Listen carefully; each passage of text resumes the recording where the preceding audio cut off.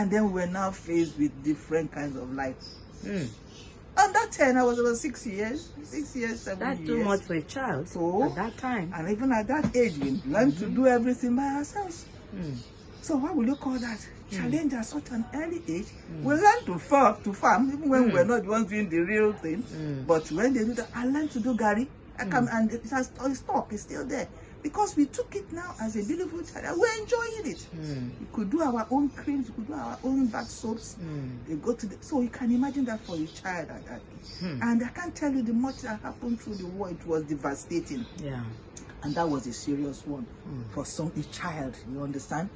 Maybe I will leave that for another day, for some other discussion, but I'm just trying to tell you how the stages of all these contradictions can come into one's life. I just have to live through it. And to God's glory, we survived the war, came out of it, and then had to start. You can imagine someone in private school, then you are in the village, you are reading under the tree, you carry slates where they are teaching you ABBD, you know. That's seriously location. You can imagine that it's really, and you know, but we were enjoying it. We told him to fall as children, running into bunkers when we have air raids. Anyway, let's leave that.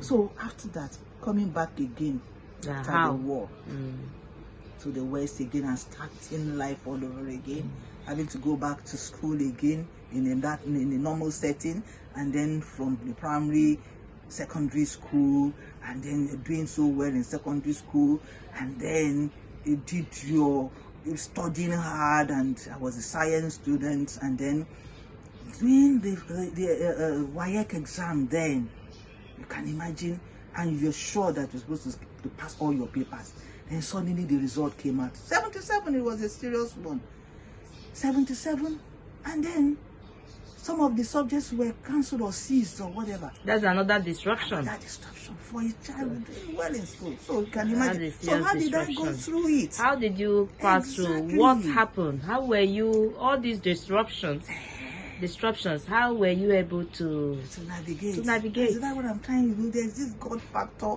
the background factor, looking at your parents who even through the pains, they were having the pains more than us, but you never will see them, they never went under it. They wasn't taking us through prayers morning, night. So we were raised as the Orthodox Christians that believe that, look, faith is, everything is faith for my mother. My mother will teach you, will cram all those psalms, and then sometimes when you had all these problems coming up, you we were brought up to understand that. You understand? So early in life, that helped me. But outside of that, that's family. Yes, that's family unit. Yeah, family unit. Beautiful family unit. Beautiful family. And then unit. The Christian, I will not. In fact, that one is that's just the bedrock. That Christian conduct, that Christian background, because everything was prayer for my mother and my father. Fastings, praying through the war. That's God factor again. God factor. God factor. At that age, you can't take that away from me.